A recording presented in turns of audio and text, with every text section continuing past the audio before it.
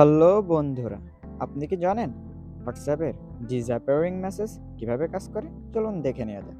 প্রথমে হোয়াটসঅ্যাপের এই থ্রি ডট অপশনে ক্লিক করে দেব। তারপরে সেটিংস এই অপশনে একটা ক্লিক করে দেব। এবার প্রাইভেসি এই অপশনে একটা ক্লিক করে দেব।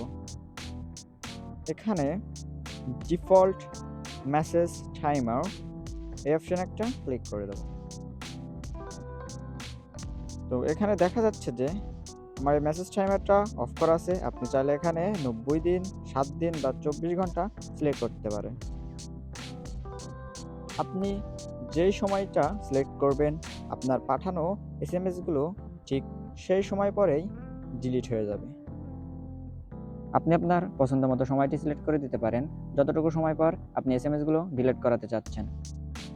তো আমি এখানে ২৪ ঘন্টা সিলেক্ট করে দিচ্ছি এবং ২৪ ঘন্টা পর আমার সমস্ত এসএমএসগুলো অটো ডিলিট হয়ে যাবে।